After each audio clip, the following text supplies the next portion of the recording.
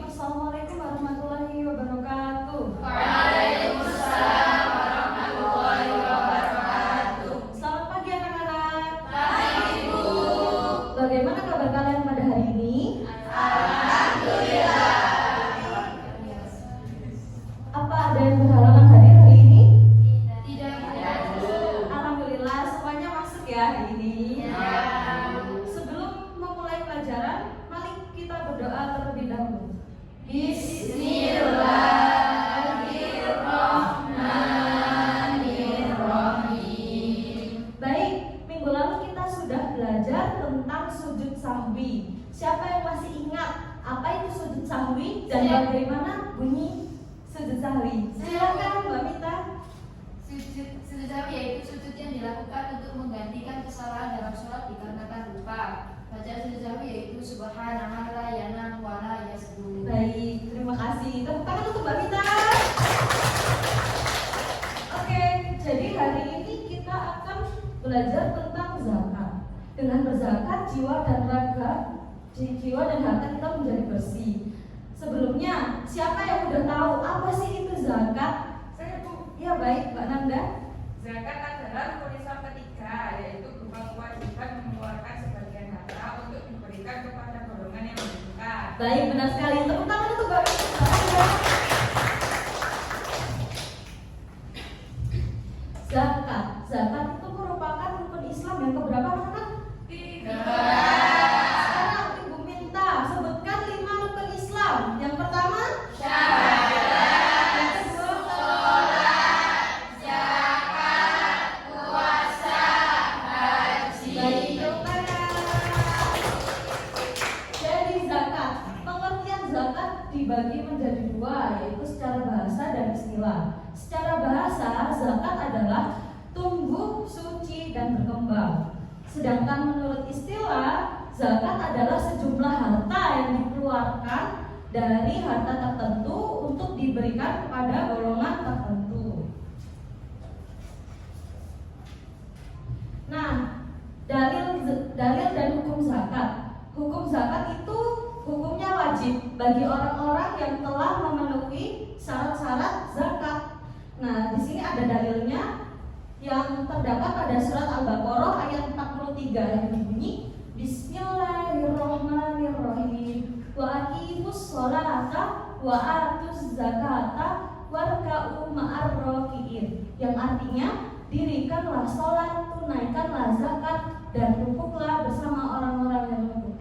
Sekarang Ibu mau kalian mengikuti setelah Ibu membaca surat ini ya. Ya, Bu. Bismillahirrahmanirrahim.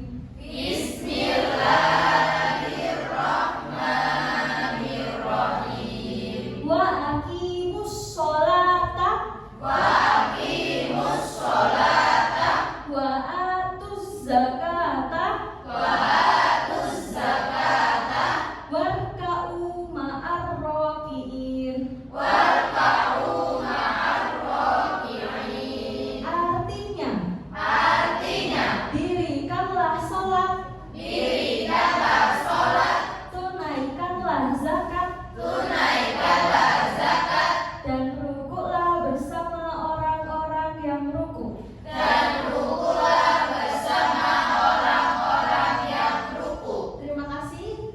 Itu tadi adalah surat Al-Baqarah ayat 43. Selanjutnya kita akan membahas tentang golongan yang berhak menerima zakat. Jadi golongan yang berhak menerima zakat itu ada 8. Yang pertama itu fakir. Fakir itu orang yang tidak bisa memenuhi kebutuhan hidupnya sama sekali. Yang kedua ada miskin. Miskin itu orang yang sudah bekerja tetapi belum tercukupi kebutuhannya. Dan yang ketiga ada mu'alaf. Mu'alaf itu orang yang baru masuk Islam. Yang keempat itu ada fisabilillah, atau orang-orang yang sedang berjuang di jalan Allah. Yang kelima ada ibnu sabil. Ibnu sabil itu kita kenal biasanya dengan musafir. Apa anak-anak musafir itu? Ya, orang yang sedang dalam perjalanan. Yang keenam itu ada gorim. Gorim itu orang yang terlilit hutang. Yang ketujuh ada amil zakat. Amil itu adalah panitia zakat yang mendistribusikan zakat kepada masyarakat yang tidak mampu. Yang kedelapan itu ada rikop. Rikop itu kita kenal dengan hamba sahaya atau bahasa lainnya budak. Selanjutnya tadi kan udah ada orang yang berhak menerima, sekarang yang tidak berhak menerima zakat. Jadi ada 3 golongan. Yang pertama orang kaya. Nah, orang kaya ini tentu tidak dapat menerima zakat, tidak berhak menerima zakat. Tetapi ada golongan orang kaya yang dapat menerima zakat, yaitu orang kaya yang berkategorikan gorim dan terlilit hutang. Jadi orang kaya itu bisa menerima zakat. Yang kedua, keturunan Rasulullah SAW. Jadi keturunan Rasulullah ini kan sangat mulia ya, derajatnya sangat tinggi. Jadi tidak pantas menerima zakat karena zakat itu ibaratnya seperti sampah atau buangan harta. Yang terakhir adalah orang-orang non-muslim. Orang-orang non-muslim tentu tidak berhak menerima zakat karena mereka tidak mengikuti syariat kita. Jadi di sini ibu akan membagi kalian menjadi 2 kelompok. Yang sebelah kanan kelompok pertama dan yang sebelah kiri kelompok 2. Tugas kalian adalah men-scan barcode yang ada di layar ini dan menonton video kisah Sa'labah dari awal sampai akhir. Kemudian diskusikan bersama kelompok kalian tentang yang pertama, kelompok pertama, bagaimana tanggapan kalian tentang kisah Sa'labah. Yang kedua, apa hikmah yang dapat diambil dari kisah Sa'labah. Ada yang ditanyakan sampai sini? Baik, saya beri waktu 20 menit cukup? Cukup. Dimulai dari sekarang. Silakan berdiskusi.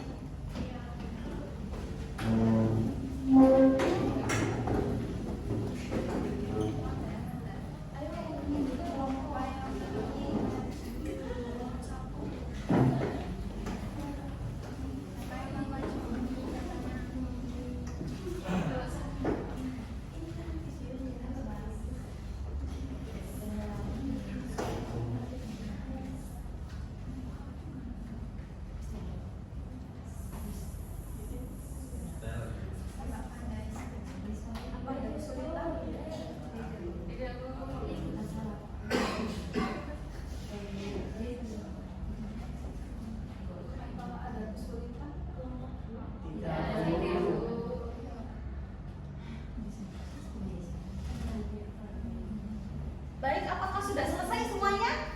Sudah. Sekarang kelompok 1 silahkan maju ke depan dan bacakan hasil diskusi kalian.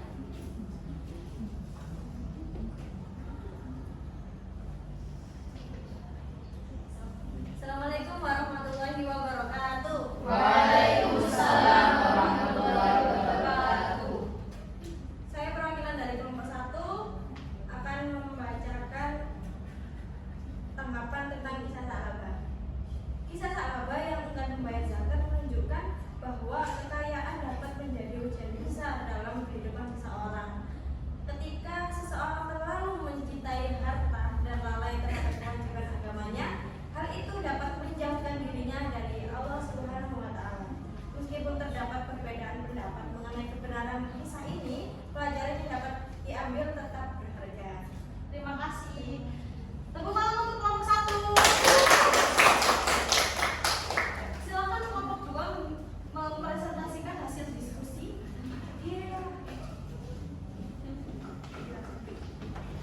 Assalamualaikum warahmatullahi wabarakatuh. Waalaikumsalam warahmatullahi wabarakatuh. Saya dari perwakilan kelompok 2. Dari hasil diskusi kami mengenai video kisah Sa'labah, apa hikmah yang dapat diambil dari kisah tersebut? Hikmahnya itu bahwa kekayaan seharusnya menjadi sarana mendekatkan diri kepada Allah, bukan sebaliknya.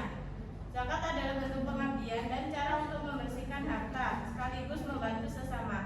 Melalui kisah ini, mengingatkan kita akan bahayanya cinta dunia yang berlebihan dan pentingnya pentingnya menjaga keimanan serta konsistensi dalam menjalankan kewajiban agama.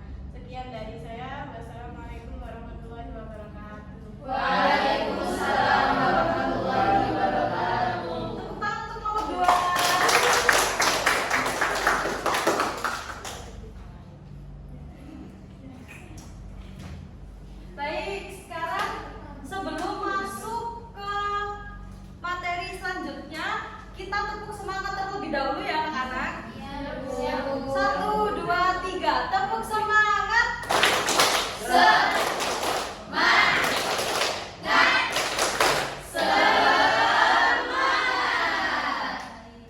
Jadi kan sekarang kalian sudah dibentuk menjadi 2 kelompok. Nah, sekarang kita akan bermain ular tangga.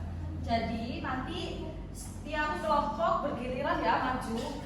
Jadi nanti setiap kelompoknya bergantian orangnya juga ya.